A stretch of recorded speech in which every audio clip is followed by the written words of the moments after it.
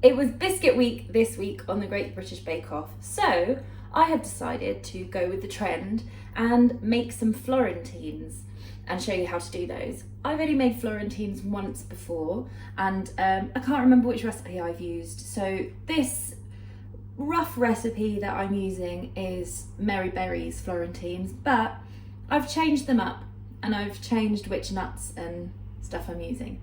These ones are cranberry, cashew and walnut Florentines with a mixture of white and dark chocolate topping.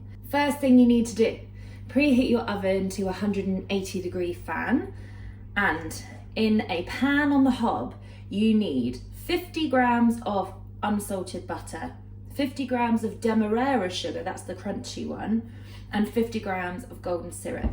And we're just going to heat that up at like a medium temperature until the butter has melted. And this one feels like quite a nice one to do this week because the weather is shocking, absolutely shocking. And I always think that Florentines are quite a Christmassy thing to make because you only really have them around Christmas time. But if you're looking for gift ideas for people, then Florentines are quite a nice gift to give people, and they're really simple to make, despite how stressful it looked in the tent. Although saying that, these might be disastrous. So the butter's melted, but I am just going to give it a little bit longer, just so that it starts bubbling, and then at the moment you can see the butter's melted, but it's sort of sitting on top of the sugar. So the sugar hasn't dissolved properly. So I'm going to wait for it to bubble up slightly, and then you know that it's fine to take off the heat and that everything is sort of kind of melded together.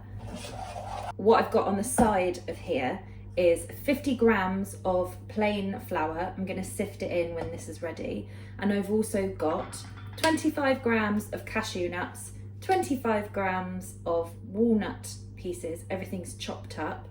I had 75 grams of cranberries, dried cranberries, but I got overexcited because I've just invested in a blender and it came with one of those like nut whizzers.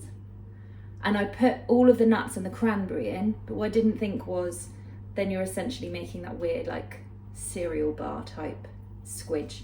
That's what's happened to some of the cranberries. So then I've just chopped up a few glace cherries on the side and put those in as well, but you don't have to. You can put whatever nuts you like, whatever fruit you like, but I thought that the sourness and the sharpness of a dried cranberry with white chocolate and the kind of caramel here would go really nicely. And I love cashew nuts. I just love them. So that's why I've chosen cashews. Right, so this is now bubbling. I'm gonna let it go for maybe 20 seconds and then take it off the heat. If you did want to make this recipe a vegan recipe, I would just switch out the butter for a dairy-free form of butter.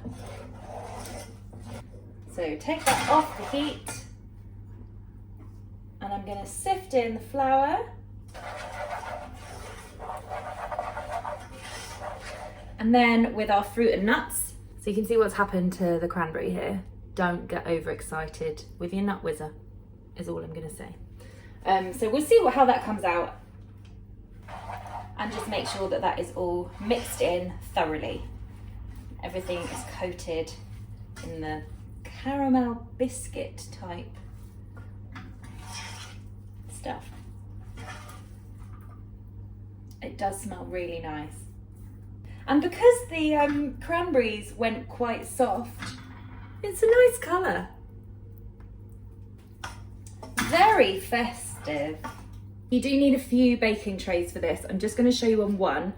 I'm going to put that in the oven and then I'm going to repeat that. So they need to have lots of space because they are going to expand and completely flatten in the oven. So I've just done 4 on this baking tray and they all have lots of space to grow.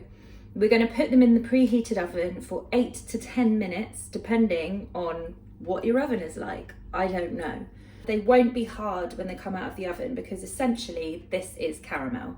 So they're going to harden up when they come out. So 8 to 10 minutes and then let's see what they look like. They took about 9 minutes for me and they are golden brown and they're still really warm. What I think you should do, because I'm going to do it, is just give them a minute or two on this to just cool slightly, because if you try and remove them now, they'll just fall to pieces. So we need to let that sugar sort of harden up a little bit. And after 2 minutes of them being on the tray, just use a palette knife if you've got one, or a thin spatula, anything like that, and then put them onto a cooling rack. And then just keep going until you've baked all of that mixture. They are all out of the oven now and all almost cool, so wait for them to cool down. I've got a really shallow amount of boiling water in this pan. I haven't put any extra heat onto it, but I can if that water starts to cool a little bit.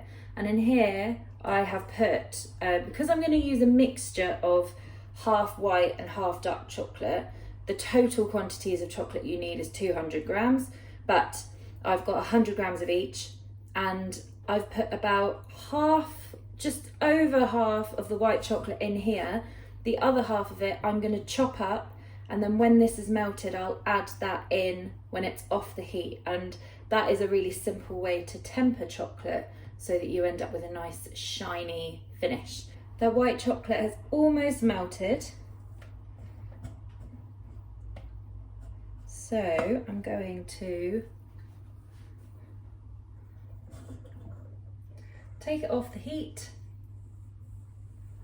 and then put that pan aside, because I'm going to use that hot water for the dark chocolate as well.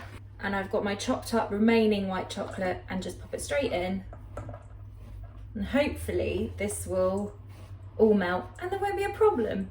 If you don't want to do this part and you just want to literally melt chocolate and put it on, that's fine, but I'm going to see if this method makes a nice shiny chocolate, because I've not really tried tempering before. It's actually melting really nicely. I'm just going to keep moving it around, and also this means that it's not as runny, so when you go to put it on your Florentines, it's not going to go everywhere. I might try dipping my Florentines. We'll see what that does. You can spread. I'm gonna dunk. Just give it a little dunk. Okay. So there's one. It's quite thin. They're quite crispy, which is exactly what we want. There's a really flat side, so that's the bit I'm gonna spread the chocolate on. Oh yeah. Where is my? I've got my spatula, so I've dunked. It's probably not the right method. I might just spread. We're all learning. Spread it. In a couple of minutes time, I'm just going to do some zigzags with a fork. But I'm going to keep adding because you can't have enough. So this goes back onto the tray. And then I'm going to do another one. After a couple of minutes, it's set a little bit. It's still wet chocolate. I'm just going to take a fork and just, oh, look at that. Do a little zigzag through.